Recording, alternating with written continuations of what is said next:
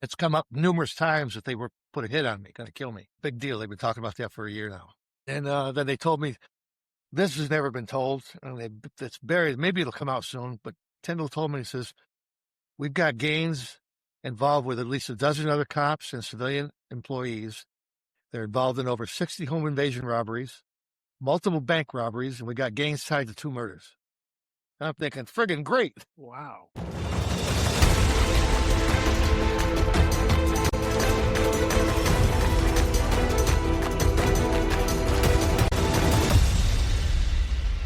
Hey, everybody. Welcome back to part 2 of this week's Game of Crimes with Murph in the Morning. I don't think I told you that yesterday, but you know where you are. You know what you're listening to. You don't need me to tell you that. But I do want to say thank you for continuing to come back every week and support me on the show here. This week's guest is Frank Lyga, a 35-year veteran of the Los Angeles Police Department with a story that is just almost beyond belief. As I mentioned yesterday, I told you at the close yesterday, you hear me talk about the law enforcement culture, our brotherhood and our sisterhood. And you have to be a member of that fraternity to understand a lot of what I say makes sense. But what we're hearing from Frank's story is how it's not always holding hands and singing songs and kumbaya within the law enforcement culture. We still have our issues at times. This one was a little more serious than most, in the fact that a fellow police officer was killed by a police officer unknowingly. If you're coming in on part 2 and you didn't listen to part 1, go back and listen to that, because what we're going to talk about now is not going to make any sense to you. Frank, and welcome back, Frank. Thank you so much for being on the show. Again, glad to be here. Thanks for having me. When we finished yesterday, we were talking about a show called Frontline, in which you were interviewed. Right. And this is about the Kevin Gaines story, the shooting. Well, actually, it wasn't. It was about Rampart, the Rampart scandal. Oh, okay.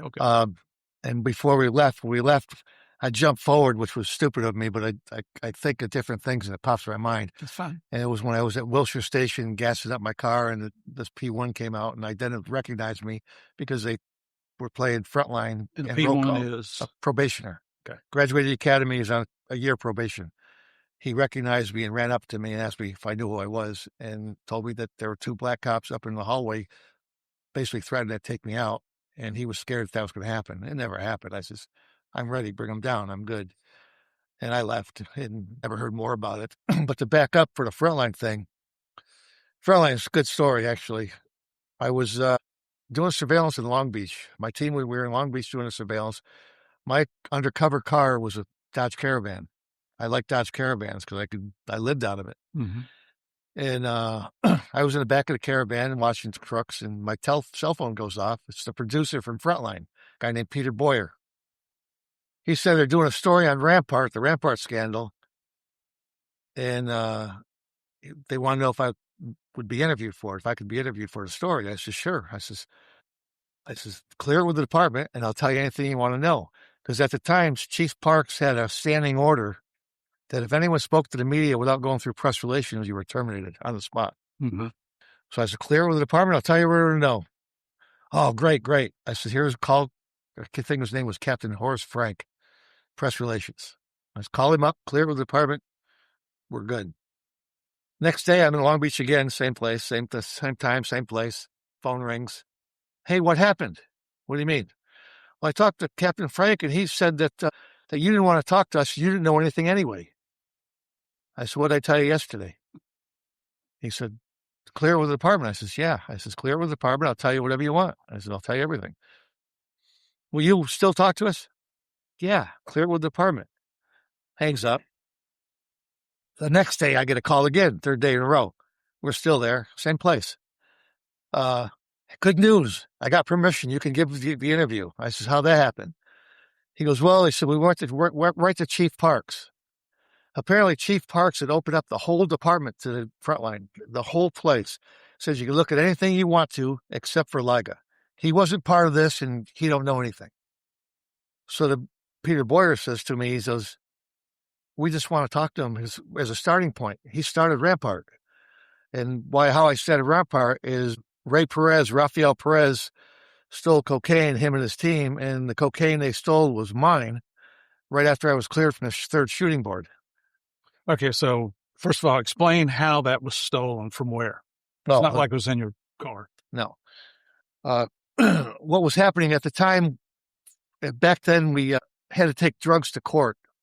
So we had couriers. LAPD had couriers, sick, lame, and lazy officers that worked basically couriers. They call it the rubber gun squad. Pretty much. They worked from all night long, and they drive to the 22 divisions of LAPD, pick up drugs in a narco locker, take it back to SID, and they take drugs back to the lockers for the divisions. And because I worked in Hollywood and criminal course was downtown LA, 6 miles away, I drove the back way to get down to the PAB to the property room at SID, the Scientific Investigation. I drove around the back. So I'd call up every day and talk to the girls in the property and tell them, hey, I need some dope for tomorrow. And I'd give them the case number. And you get to know these people. I talk to them every day. Every day I call them, and you become friends with them, and they know your voice. If somebody calls up, they know my voice. Oh, hi, Frank, what you doing? I need to order some dope for tomorrow. I need Jimmy's dope too. Oh, all right, give me the number. She writes it down. It'll be ready, because I did the same thing every day. I'd drive around. I'd pick the dope up, go to court with it, because we had to open dope, which was stupid, but we had to take an open dope, the package on the stand, and dump it out and show it to everybody in live court. You're kidding? Nope. And then we sealed it back up, and then he took it back to the division, and I take it back to the division and have the couriers take it back to SID, because I didn't want to backtrack. So that's what we did. So it turns out that they took me to 3 shooting boards on the same shooting, which has never been done before and never been after. Let's talk about that after we all right, but finish up on the dope. After the 3rd shooting board, a week after I was cleared from everybody. The DA's office, department, everybody finally signed off, cleared, self-defense, no penalty. I acted in policy and guidelines and no out of policy, nothing. Everything was clear. 2 weeks later, cocaine I booked in 1995 was checked out from SID. Didn't know it. Didn't care. No, didn't know. Didn't know it, didn't care. I'm getting phone calls from SID and say, hey, you checked this dope out, turn it back in. You got checked out to court, turn it back in. I says, I don't know what you're talking about. And they gave me the case number. I says, that case is closed. The guy got convicted, went to prison. Dope should have been destroyed. Well, you signed it out. I said, no, I didn't. So IA was following me around. I had surveillance together following me around. It was a big deal that your Russ Poole, the guys that didn't like me, hey, your boy Lyga in trouble again. He stole cocaine. And Russ goes, what are you friggin' talking about? So IA's all over me. They're calling me. So they're doing the investigations, and I get interviewed, and I get interviewed, and I get interviewed a 3rd time. And I'm saying, I'd be looking at somebody inside property. I says, it's a fat package on a shelf. Shouldn't have been there, but it's 3 years old. It should have been disposed already. I said, I'd be looking at somebody on property. And he says, so they're interviewing him. So there's a girl named Robin Schaefer. Robin was a clerk at SID at the property, and she was one of the girls that you would call every day. You'd call her up and call her every day. Miss Morris, really nice lady. I think she's passed now too. But anyway, Robin would pick the phone up and, oh, hi, Frank. Yeah, well, boom. Well, Ray Perez, known nationally as Rafael Perez, but he was Ray Perez. He became Rafael Perez during the Rampart scandal because Chief Parks didn't want to have a black gang problem on his department. So Ray turned into Rafael. They couldn't do nothing with David Mack. Another guy named Sammy Martin. Sammy became Samuel Martin. And they tried to take it away from black gangsters because they couldn't put it on me. They wanted a white racist. Parks came out of the news one time on Channel 4 News and said, look, we know we have a racial problem with LAPD. One more white racist doesn't make the news. Nice support I get from my chief, right? Exactly. I've got that on tape someplace. I tried to find it. It's on a VHS tape. I couldn't find it for now. But anyway, one more white racist doesn't make the news. So they're all over for the thing. So anyway, they interview Robin for a 2nd time. And Robin knew Perez like she knows me. Perez called every day. They called all the time. Right. And he was a player in the means where he tried to play with all the women. And so Ray calls the SID, orders dope. Robin writes Ray's serial number, Perez, and his serial number down on a piece of paper. And they talk for play back and forth. And then Perez gives her the name Armando Coronado for the dope. Which is your case? No, this was my case, yeah, but it wasn't my dope. It was my dope. It wasn't my name. I'm Armando Coronado. It turns out Armando Coronado was a P2, which is not a training officer, a worker bee assigned to Rampart Crash with Perez in the group. And the investigation went through. It turned out that Coronado had pissed them off, saw something and told somebody, and they went fired up. So they figured they'd get 2 with 1. They stole my cocaine and wrote it down as Coronado. Mm-hmm.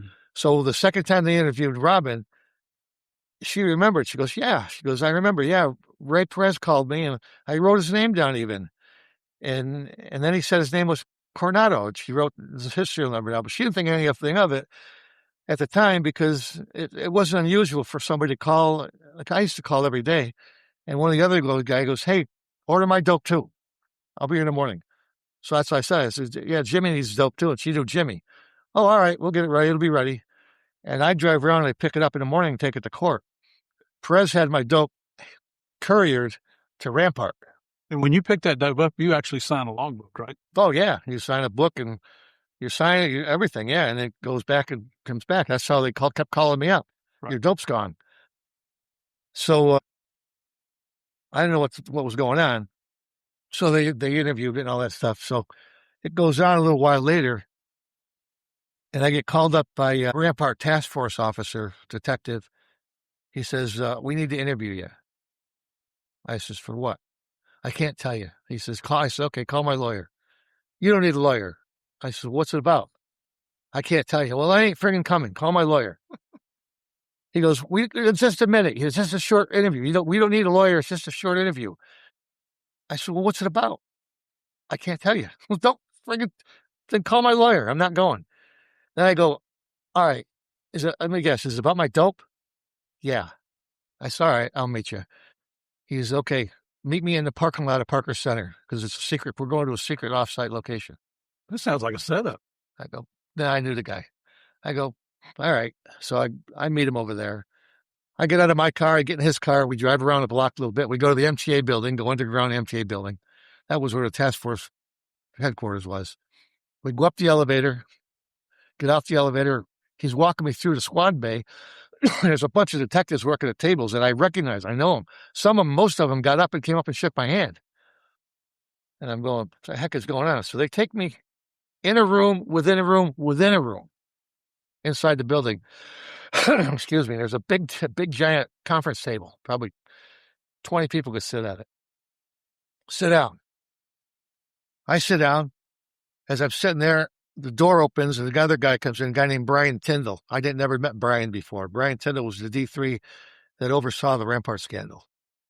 He comes in, and I looked at him. I says, look, guys, no offense. I said, but I've been through this so many times. I said, I'm not saying nothing about my lawyer here. And Tyndall looks at me and goes, you don't know why you're here, do you? I says, yeah, you're going to break my balls about sneaking that cocaine again. He goes, no. He says, we're here to fill you in. I said, oh. That's where they told me that they identified Perez through Robin. They've been up on Title 3 wiretaps, phone intercepts. All 3 of them, Perez and his wife and a guy named Johnny Durden and his family, and Matt. And it's come up numerous times that they were put a hit on me, going to kill me. And I said, a big deal. They've been talking about that for a year now. Fine. And then they told me, this has never been told, and it's buried. Maybe it'll come out soon, but Tyndall told me, he says, we've got Gaines involved with at least a dozen other cops and civilian employees. They're involved in over 60 home invasion robberies, multiple bank robberies, and we got Gaines tied to 2 murders. And I'm thinking, friggin' great. Wow. Right? I'm thinking, outstanding, friggin' great. Let's bring this out. The more truth that comes out, and I'm still on trial. I still haven't got a trial yet. And I wanted to go to trial because I want the truth to come out. Right. It's the only way to clear my name. So they interview me on that, and they tell me they fill me in all kinds of crap. They tell me that I told you earlier, which off the air. Excuse me. Yeah, maybe. Go ahead. I told you off the air that they told me that in January and February of 1997, my dope was stolen in 97, February of 97.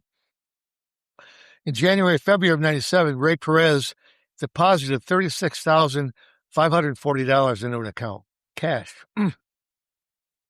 They also said that their records show that Perez, Ray, his wife, who was a PSR, which is a 911 operator, together made $72,000 a year at the time.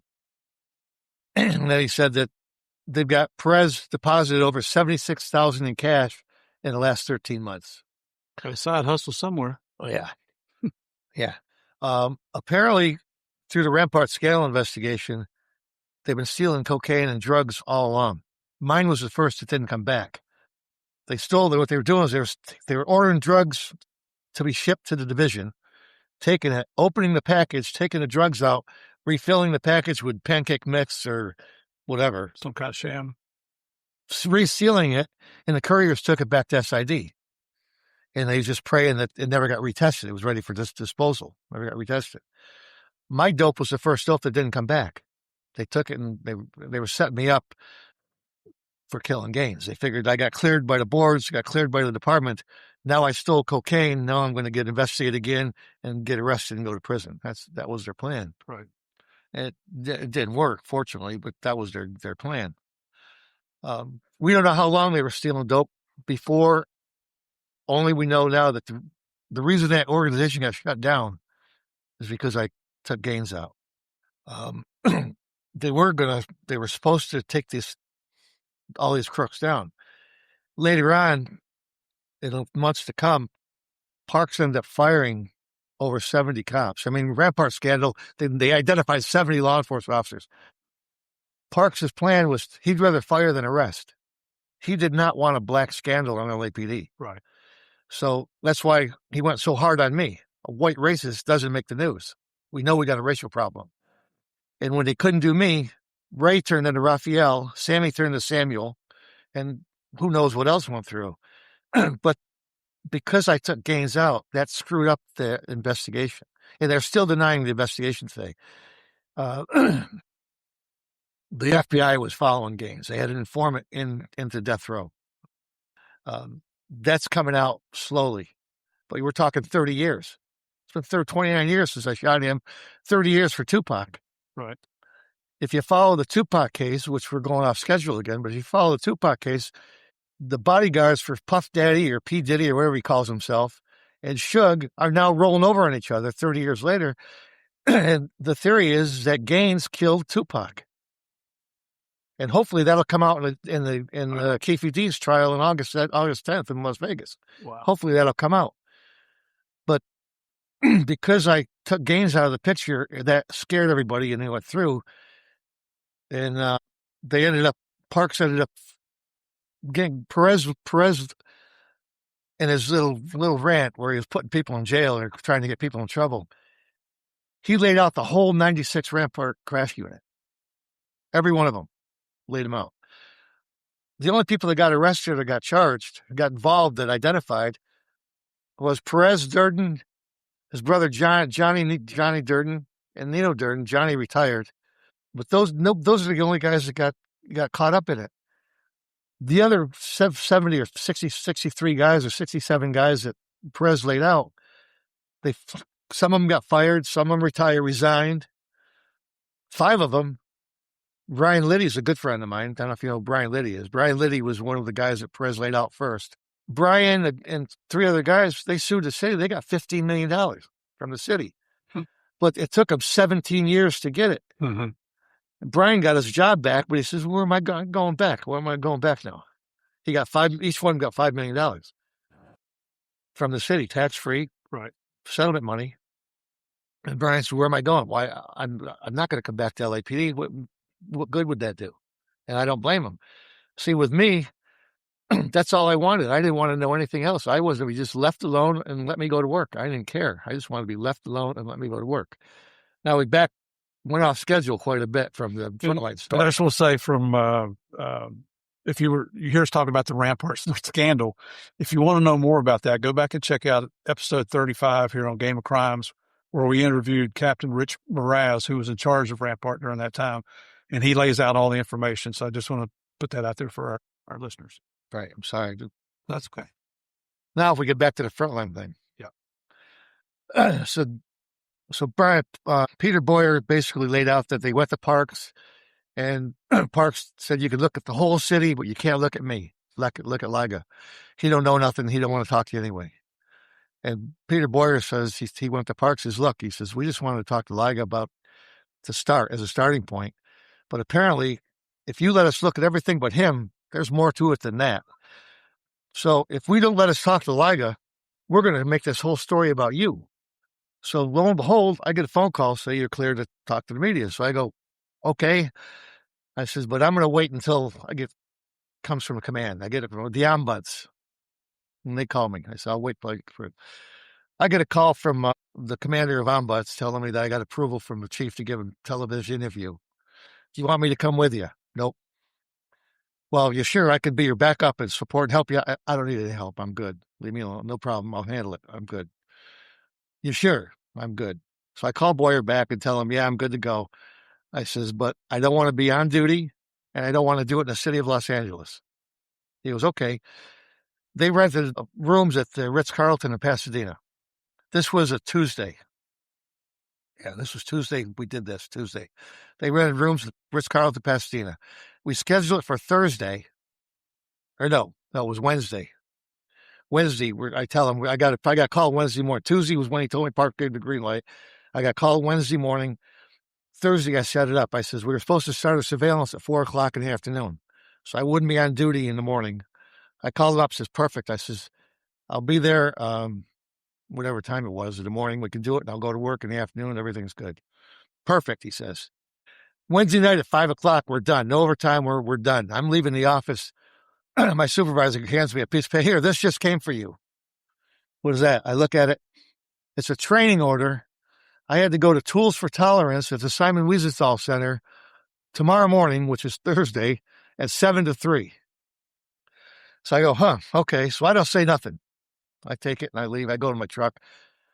I'm driving up Figueroa, going back to the freeway to go home in my work truck, my van. I call Peter Boyer. I says, hey, I got good news and bad news. He was sad. I said, the good news is I still want to do the interview. The bad news, I ain't coming tomorrow. Why not? What's going on? I said, I got this training order. I got to go to Tools for Tolerance. I got to be here 7:00. Well, can't you skip it? No, I can't skip it. Well, can't you be late? No, it's done purposely. They did this purposely to screw up the interview. I says, no, I can't. I got to go. I said, I'll do it after. He says, what time are you done? I says, 3:30. He says, well, how long would it take you to Pasadena? I says, from coming from West LA to Pasadena at 3:30 in the afternoon, it's going to take me 2 hours. Well, that's no good. We're going back to D.C. tomorrow night. I said, I don't know what to tell you. I says, nothing I can do. He goes, can you do it tonight? Like I said, about 5:30 right now. I said, yeah, I can do it tonight. He goes, let me call you right back. He goes, I got to get the crew together. They just went to lunch. Let me get him back here. I said, all right. He calls me back. He goes, can you be here by 8:00? I said, yeah. He says, well, come on over. I'll get you a suite. You can take a shower, take a rest. You can clean up, change your clothes, whatever you want. And then we'll do the interview. I'm going, that's all right. I said, I'll be there at 8:00. I'll be there. So I drive to Pasadena. I find a 24-hour fitness. Working surveillance, working undercover, you always carry extra clothes. You never know where you're going to end up. Right. So I go in and I work out for an hour and a half. I take a shower. I put clean clothes on. I show up at Pasadena at 8:00. We shoot till 1:00 in the morning. I go home. 7:00, I'm at Simon Wiesenthal Center. 3:30, I go home. Everything's fine. Friday morning, I'm on my way to work. My cell phone goes off. It's Captain's secretary. Frank, what'd you do? Why? Captain's mad. He wants you in the office right now. I said, well, I'm on my way in. All right, I'll stop in on my way. I go down there. I go in the office. What's going on? I understand you got approval from the chief to give an interview, public and a television interview. Yeah. Well, based on your undercover assignment, I'm ordering you not to be photographed or identified in any way. I said, okay. And I leave. I go back out. I'm driving to my office now. I call up Peter Boyer again in D.C. He's now in D.C. I call him up Friday morning. I said, hey, how much power has LAPD got? He goes, what do you mean? I just got ordered by the captain not to be photographed or identified in this interview.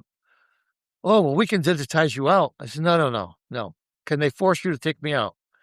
No. He says, you signed a waiver. It's in the can already. No. We don't want to get in trouble. Don't worry about me. I said, if I don't show my face, where's my credibility? Yeah, we figure that too. I said, well, just when it airs, let me know. No big deal. About a month and a half later, it airs. Airs on whatever night it was. I'm driving to work now. Margaret calls me, the secretary. You better get in. He wants you here. No, he don't care what you're doing. He's throwing things. Okay. I'm on my way. I walk in through her office into his office and knock on the door. Get in here. I walk in. I says, he goes, what the hell did I tell you? I says, about what? About being photographed or interviewed. I says, not to be photographed or interviewed. What the hell did I watch last night then? I said, you watched the interview. Well, didn't I order? I says, no. I says, you ordered me on Friday. I did the interview on Wednesday. I says, I haven't been interviewed or talked to since you ordered me not to. He was fired up. Get the hell out of my office, he says. It's okay. He didn't ask the right questions. Well, he says, why did you give me the opportunity to cop it? I said, didn't come up. I knew that was going to happen. Yeah. But like I said, I had him right, nothing he could do about it. I says, I haven't talked to the media since you told me not to. I did it 2 days before you told me not to. Yeah. Can I tell you? Let's go back and talk about, you mentioned that you were investigated 3 times by review boards for the same offense. How many times can they interview you? I mean, why 3? Because it was such a controversial incident nationwide, black on white. And obviously, when it's black on white, the white guy is bad. But you're cleared on the first one. You're cleared on the second one. No, I wasn't. You weren't? Nope. They didn't clear me till the third one. The first one was, they had an issue with the 2 black command officers had an issue, didn't want to be on it. They didn't want to basically say that I did anything wrong if something came in the background and got me. Right? They dig something up and got me. They're going to look bad. So they didn't want nothing to do with it. So they took it in and they took it off calendar. Boom. So I'm done. A couple months later, I get ordered again. We go in there. And what happens is, I got to back up a little bit. What happens is the OAS report, the robbery homicide does a report. And this is class in itself. But at the time, they write the report, and it's paper report. They print it out in paper, and they stamp every page in red, do not copy. And they mail interdepartmentally the 10 copies. It goes to all the command officers, go to the police commission. I don't know who it goes to, 10 of them. Apparently 6 of the 10 never got where they were going. They were intercepted. So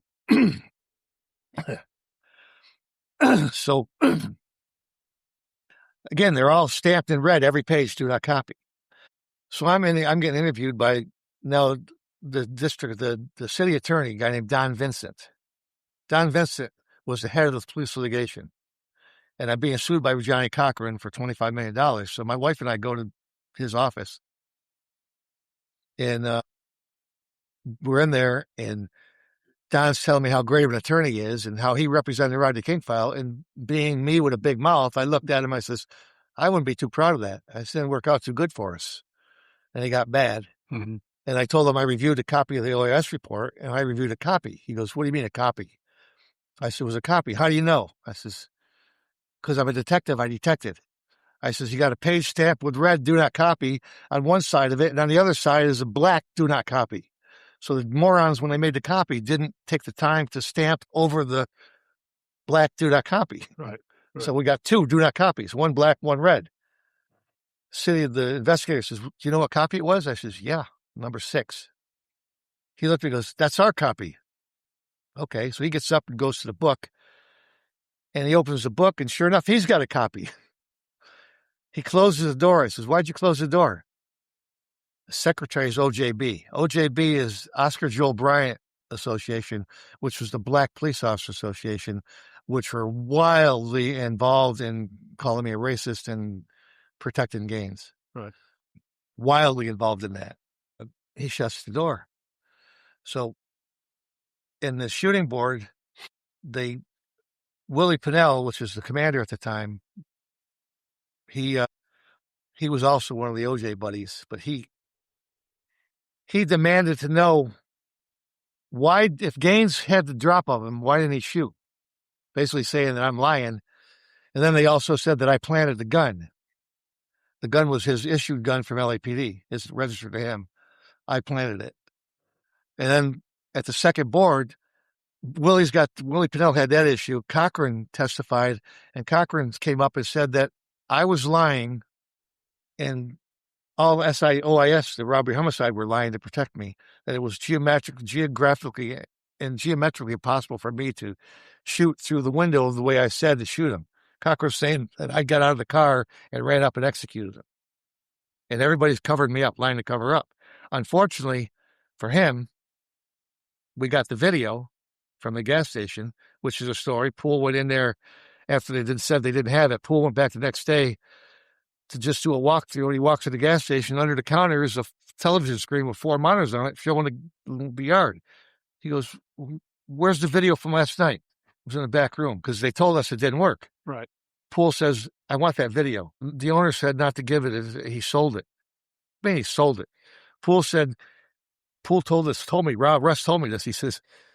He goes, "Get that video or I'm taking it and you to jail. And I'm going to close this place down." So the employee gets the video, gives it to Russ. Russ comes up the next day, calls me up in the morning. "Hey, Frank." He goes, everything you said is true. I says, "Yeah, no kidding. I saw the video." I said, "What video?" "The gas station. They thought they didn't have one. They lied." He says, "I got it. Everything you said is true." I says, "Again, no kidding." We talked about this, the 1.8 seconds. Mm-hmm. That was on the tape. Yeah. Because they basically had audio, and they broke it down, and they showed that I fired 2 shots in 1.8 seconds. That's slow in a shooting, but by no way in the world can I get out of a car, run up and shoot him, get in a car, and no way to do that. And plus the civilian witnesses that saw everything backed it up. So Johnny Cochran and OJ ordered a 3D computerized recreation from Pacific Dynamics and Palisades.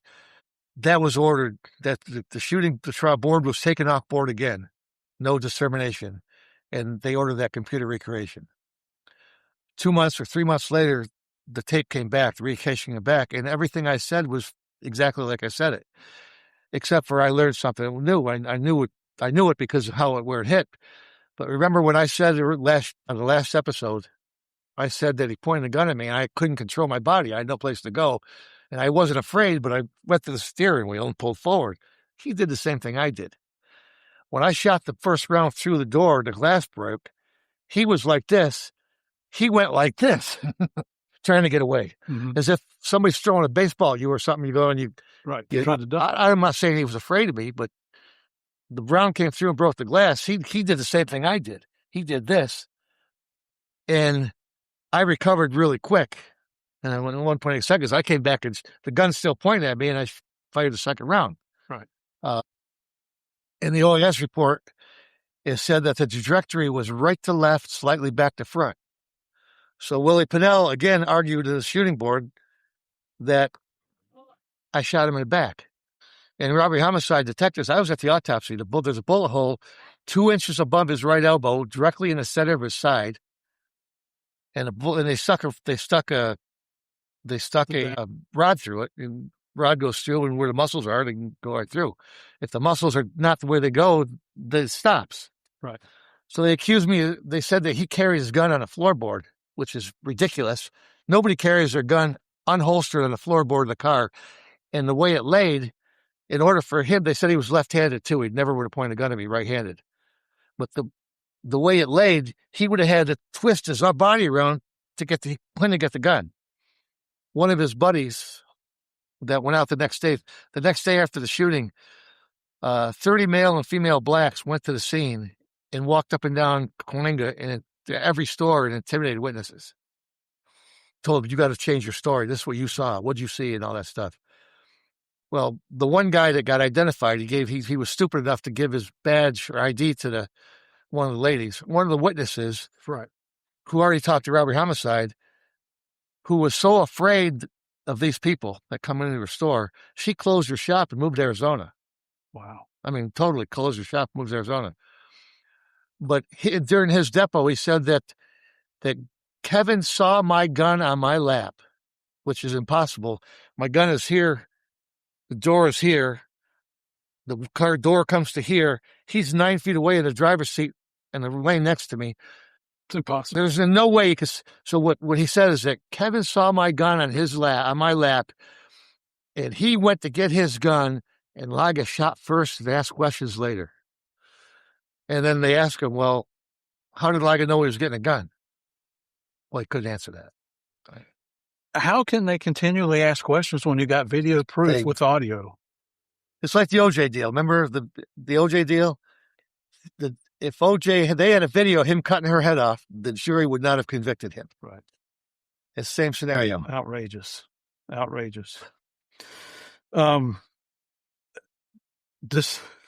It just gets more and more unbelievable. Well, you haven't hit any of it. There's still tons of stuff, but we don't have time to go into all that stuff. Maybe I'll come back another time. A few more questions I want to ask you. So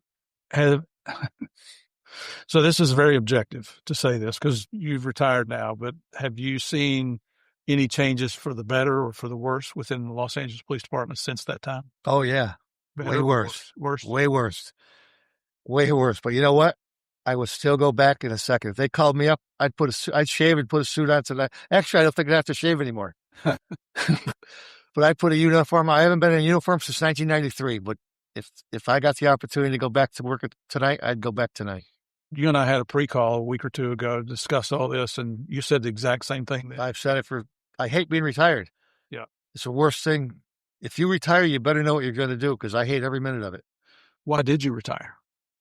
Well, a couple of reasons. One, I was being sued, and then I got taped.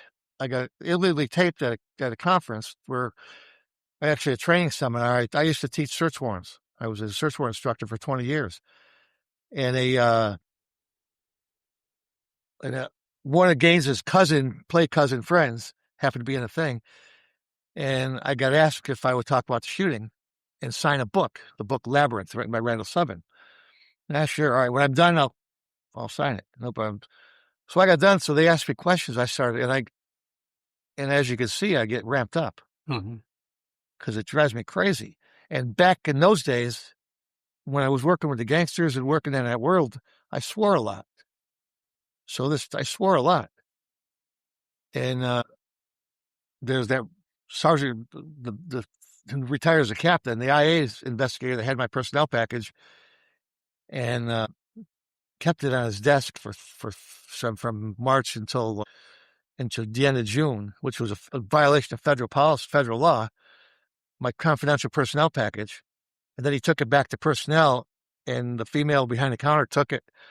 And he said, "Do I need to sign something?" "Oh, no, I'll take care of it." And the package disappeared, was gone for 18 months. Right? I'm kind of, the guy knows. He goes, "Yeah, Lyga don't like me." "No, I don't like you. You're an incompetent fool."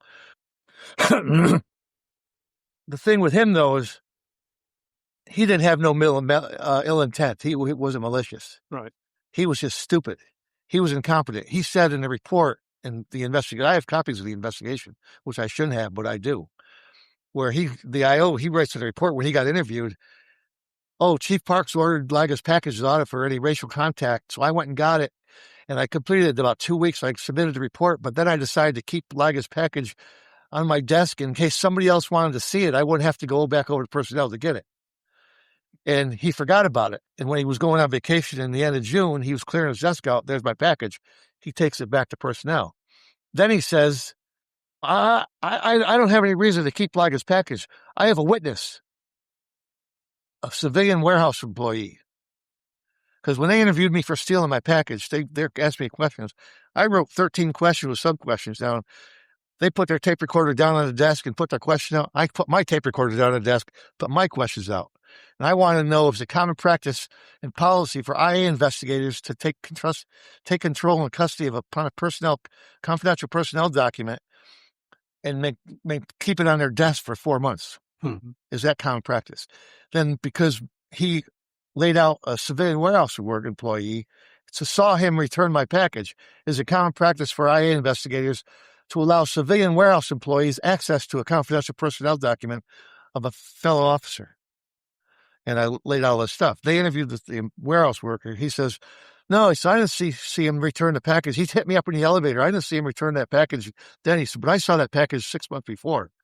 Why would a personnel, a civilian warehouse worker see my personnel file? Right. Well, they accused me of taking it. IA accused me of taking it right up to the end. How would you have had access to it? I told them that exactly thing. I said, I know that Parks ordered it audited the day after the shooting. How would I get it? Then they said, well, did you ever review it? I said, yeah, once. Before I made detective, I went down to personnel. You give them your ID card. They bring the package out on the counter right there. I'm not even sure you could pick it up. They lay it down, open it up, and you can go page by page. Right. You can't remove it from the counter. And when you're done, they stand there and watch you. When you're done, you give it back to them. They take it and put it back. Then they give you your ID back. Right. How would I get it? IA investigator asked me, what would you have to gain with it missing? I got nothing to gain, you friggin' idiot. I mean, it's just crazy. And then there's a story behind that too. I know where it is now. I know exactly where it was, and I can prove it. I have documentation and facts to prove exactly who had it and where it was. Remember, I told you that David Mack, Kevin Gaines, and Rafael Perez's wives were PSRs in the building. At the same time period, a female secretary for Police Commissioner Joe Gunn was identified for copying and stealing reports of my case from the police commissioner's office. The internal affairs, it was the inspector general's investigator that found it.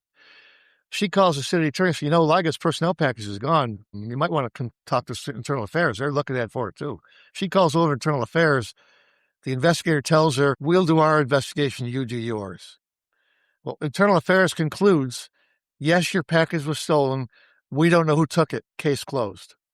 She identifies a female civilian employee, secretary for Joe Gunn, for stealing it.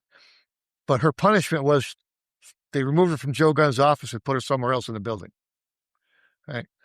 She happened to be best friends with Kevin Gaines' wife, Right. Mac's wife. So I know that package from there went to Cochran and Douglas. Right. All right. And they're saying, well, do you have proof? I do now, yes. Well, why would they? First of all, here's how it was given to them. That's the route of traffic. I don't have proof that's how it got there. I'm surmising based on 35 years of being a detective investigator. That's what happened. She took it, gave it to her. She took it over to Cochran and Douglas. They got my package. There's other things that happened in between that the package was part of. But there's an employee, retired now, that was shooting his mouth off, big racist scumbag. He was shooting his mouth off on the internet, and I happened to find it. I happened to see it. Where he had the honor and privilege of seeing Lyga's personnel file. Lyga's a racist, and I can prove it. He had the honor and privilege of seeing Lyga's file. Mr. Johnny showed it to him. I says, okay. And he lays out a personnel complaint. He goes, I can prove it because Lyga's a racist because he arrested a black girl, called her the N-word, called her the N-word, a monkey, and took her to Griffith Park, threatened to hang her from a tree. Well, I don't remember that. I never got interviewed on that. So I go back after all that. I'm reading that I go back to my team's report, which is a complete history of everybody. It's for the consent decree stuff. A team's report lays out everything you've done, all your training, everything. Turns out I go down the file in 1992, right after Rodney King. I got a complaint where I called this female the N-word, a monkey, and took her to Griffith Park, threatened to hang her from a tree. I never got interviewed on that complaint. It was adjudicated unfounded. IA signed off unfounded. I never got interviewed on it. I didn't even know it was there until I saw this plug from this idiot. Right. You know why it was adjudicated unfounded? So Internal Affairs found out at the time I was a patrol guy in 92. I was working Hollywood Patrol, and I didn't like to go to the station with just one body. I like to fill the car up. So I had another arrestee in the back. I had a black guy in the back seat of my car. I arrested him for selling dope on the east side of Hollywood. And I'm driving back to Hollywood with him in the car going to jail. And this female black is on the corner of Hollywood and St. Andrew's Place going hand to hand with another guy. Well, the guy sees the black and white pull up and he takes off. I jump out of the car and grab her and get a handful of cocaine. I hook her up, put her in a car. We go to jail. She files a complaint that I called her the N-word, a monkey, and took her to Griffith Park, threatened to hang her from a tree. Internal Affairs interviews my other arrestee. Were you in Lyga's car? Yeah. What happened? Well, like I said, I was selling dope, but I wasn't. Well, okay, good. What else? What happened? Well, we were going to jail, and he just pulled over to the curb and jumped out. What happened? He threw this bitch in next to me, quote, unquote. Well, did you hear him? Did he call her a name? No. Did you hear him call the N-word? No. Did you hear her call a monkey? No. Did you go to Griffith Park? No, he went to jail. Were you in a position to hear if he said it? I was sitting right behind him, the guy says. Because I put her in, and he was right behind me. Right. And we went to jail. Right. I never got interviewed on a complaint. So based on that, I know factually, and I copied that page and printed it out, and we can I know who the guy is. We know him perfectly. And I know exactly, because of that statement, I know exactly where my package was. Cochran and Douglas had it. So the comment was, well, how do you know that they're conspired and complacent? Well, I says, they're officers of the court. They know that a confidential personnel package can only be seen by outsiders by either a pitches motion or a search warrant. And they had neither. What their responsibility was due when she brought the package to their office, their responsibility was to call Internal Affairs or call LAPD and say, hey, somebody just brought this personnel package. You guys want to come get it? Did they do that? No. What they did is in September of 1998, Carl Douglas goes to federal court and files a motion with the federal court that the city failed to provide discovery of my personnel package, of which the court sends a letter to the city attorney. He says, we don't have it. It's gone. No package. I sent it to them. We don't have it. They're doing an investigation. We were ordered to the trial was supposed to start in federal court November 3rd, 1998. Cochran took me to federal court because it happened in North Hollywood. He wanted a downtown jury like OJ. He couldn't get that because it was in North Hollywood in the Valley. It would have had to go to Van Nuys Federal Court, Superior Court. He didn't want that. So he filed it in federal court. That way he could have a bit of jury pool with downtown and try to get the people he wanted. Right. So we ordered to a court order settlement conference. October 6th of 1998. City attorney and I go there in the morning. Cochran's 2 hours late, hour and a half, 2 hours late. He's got a 6-person entourage with him, and he's got to leave 3 hours early because he's having dinner with Bill Clinton, who was still the president at the time, in Santa Monica. Okay. So he started at $25 million. At the end of the first day, we're down to $800,000. We're ordered back the second day. I'm stressed out like you can't believe. We'll go home, come back. Next morning, I come back, talk to the city attorney. We're waiting for the judge to come out, talk to the attorney. He goes, guess what? Your package showed up last night. I said, oh, yeah, where? Because I told the captain when it disappeared, I called the captain and says, look, that package shows up. That's going to show up in my locker, my desk, or my home, or my car. I says, and it does. SID's picking up. I ain't touching it. Yeah. So he says, yeah, the package showed up last night. And that's what happened. He goes, Rich, his city attorney investigator, was at personnel at 4:30 the 6th on an unrelated matter.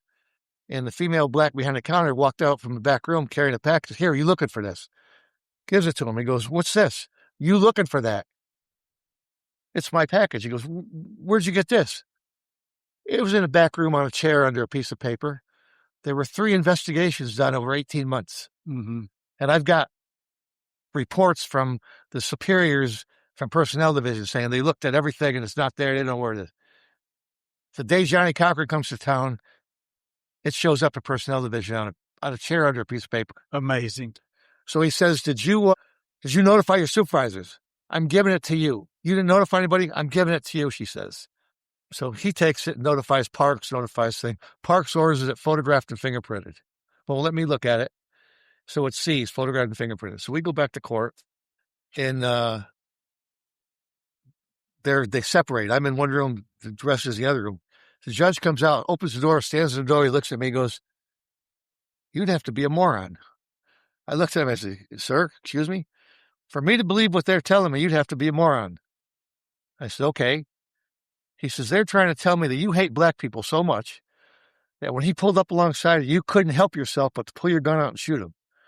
I looked at the judge. I says, "Well, sir, then you should be able to track me by dead black people, because I see him all over the place, and he's the only one I shot." Unbelievable. But what happened with that settlement? They ended up closing out, settled the case for $250,000. I was mad. Mm-hmm. I was fired up.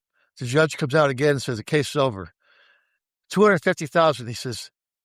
He goes, "Don't throw a monkey wrench into this." I says, "Your Honor, you just destroyed my life." I said, "I'm done. My career's over." I says, it's the department just protected a white racist and paid him off." I says, "My only hope was to go to trial and for the evidence to come out. Now it's done. Would it help if I wrote a letter?" I says, "It wouldn't hurt, but don't send it to me." So Judge Schottler wrote a letter on, I think it was the 8th of the 8th. The next day he wrote a letter, sent it to Park, sent it to Jim Hahn, sent it to me. Jim Hahn was the city attorney who was running for mayor. Jim Hahn told my city attorney who was running my case, he goes, "We need to get out this case." He says, "Last thing I need to do is go to federal court, defend a white guy killing a black guy. I'd have to say the white guy was right." Jeez. He says, "I need the black community to support me for the vote." Mm-hmm. So they write the checks, but they set it up 3 checks. Cochran says, "Can you cut me 3 checks? Because there's a city charter amendment that says any payout by the city of Los Angeles over $100,000 must be voted on by the full city council. Anything under $100,000, the treasurer heads could sign off on it. Can you cut me 3 checks? 90, 90, and 70. 90 for each of the kids. He had 2 little girls, and 70 for the ex-wife, of which Cochran took a third of each 90 and 40% of the 70. So Tom Hokinson, the second in command, says, "Yeah, we can do that. Well, it's okay. We can do that." I'm mad like you wouldn't believe. No bet. I am fired up. I couldn't believe it. So a couple weeks later, I'm in the city attorney's office going over final stuff to sign papers and all that crap. And Corey says, "You hear about the settlement?" I says, "Yeah." "You know how many checks they wrote?" I says, "Yeah, you told me 3. "Nope." I said, "What do you mean, nope?" "They wrote 12 checks. I said, "What do you mean 12 checks? Apparently somebody who was writing the checks at the city attorney's office realized that 90, 90, and 70 to the law firm of Johnny L. Cochran on the same date might have been a clue that, hey, something's up. 90,000, 90,000, 70,000. It's 250,000. Something's up." So they wrote Cochran 12 checks. He never told me what the denominations were, but they wrote him 12 separate checks. Yeah, And that was buried and hidden. One last thing. In the letter that the judge wrote, the judge went out on a limb for this. The judge wrote that had this case come to him for adjudication, he would have voted in favor of the city of Los Angeles. That Detective Lyga did nothing out of policy and was compliant with all laws and policies of the city of Los Angeles, state of California. Yeah. He said the settlement should in no way reflect on the conduct of Detective Lyga. As you are aware, the settlement can be deemed political. And he wrote that. I have a copy of that letter, and it was buried. It was buried for like 3 years or 4 years. Some woman was running for mayor, found it, and brought it up and used that as one of her campaign thing. The city attorney was crooked and settling the case out from under him. Yeah. I mean, reason I just want to be left alone. They killed me. They destroyed my life. They destroyed my career. But I had a good job. I liked doing what I was doing. Just leave me the frig alone. Yeah. This is, before we finish up here, I want to ask you one more question. I don't want to answer it. No, this is an advisory question. Okay. If you had the opportunity, what would you tell young officers today? Like I said, I have 2 sons on the Beverly Hills Police Department now, and I tell them the same thing. Always tell the truth. No matter what happens, tell the truth. Watch your 6. Watch your 6, meaning watch your back. Back up your partners. Don't do anything out of policy. One quick story. I was in Foothill Station one day, and I walked in the back door. There's a nickel laying on the steps by the back door. I picked the nickel up. I looked around like, I took the nickel in, wrote a property report, took it to watch creditors, and signed it. I booked the nickel, found evidence. He looked at me and go, "You're kidding me, right?" I said, "Nope." stolen property. I'm still standing here. I mean, I'm still standing here, and I retired. I went on dropping and retired, and I did 17 extra years after that. People think I left in 1997. I did 17 years working a specialized unit within a specialized unit. I was awarded multiple times Case of the Year, Investigator of the Year by LA Impact Task Force, by the U.S. Attorney's Office. In 2012, I won Investigator of the Nation from LA HIDA. Obama was supposed to give me this award, but he didn't show up. Biden didn't show up. But it was at the Mayflower Hotel across from D.C., from the White House. Right. And I got this really cool award, big cool eagle from the United States of America. The director of the DEA gave it to me. Nice. I mean, like I said, I worked 17 more years in a specialized unit within a specialized unit, and I continue to teach for all that time. So I'm proud of my career. I'm sorry the way it turned out. I hate being retired. Yep. Had I to do over again, there's nothing really I could do over again. And in regards to the shooting, I would never change. That's all I would do. One final question. Describe Frank Lyga in 3 words. Disgruntled employee. Major disgruntled employee. Frank, I tell you what, man. I mean, the things that you went through, no man or woman that has the dedication and the bravery to put on a uniform to protect their fellow man should ever have to go through what you went through. It's outrageous from every single level. And the leaders at the very top should have stood up and done the right thing. It's obvious they didn't. Oh, no, they didn't. They're covered in hiding. So I just want to, that's Murph's personal opinion on this. I want to thank you for being so transparent and sharing your story with everybody. I know reliving this can't be the easiest thing in the world, and it just opens up old wounds. Not really. It stresses me out because it brings up memories. And like I said, the more I do this now, I just want the facts to come out. I want the truth to come out. Even in the gangster world, if you look at the podcast, these gangsters are claiming that Gaines killed Tupac, and there's some saying he killed Biggie. Mm-hmm. And I thought he killed Biggie right up to the end. I'm still not sure he didn't. I'm still not sure. Right. But it's nonstop. But if you look at the gangster world, they're going against the crooks now. They're forgetting me. In fact, most of the comments, I mean, obviously some comments are that I'm a racist killer, murderers, guys should be in prison, murdered and killed in prison, all that crap, it still goes on.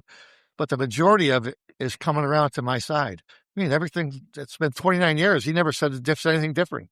Everything's the same. Every time they dig something up new, it's the same. It's because it's easy to tell the truth. Story never changes. Right. So thank you so much for being on the show. It's been a true honor and a pleasure. Nice meeting you, sir. Very, very nice meeting you. Thank you. And for all of you folks, thank you for continuing to come back every week, supporting the show.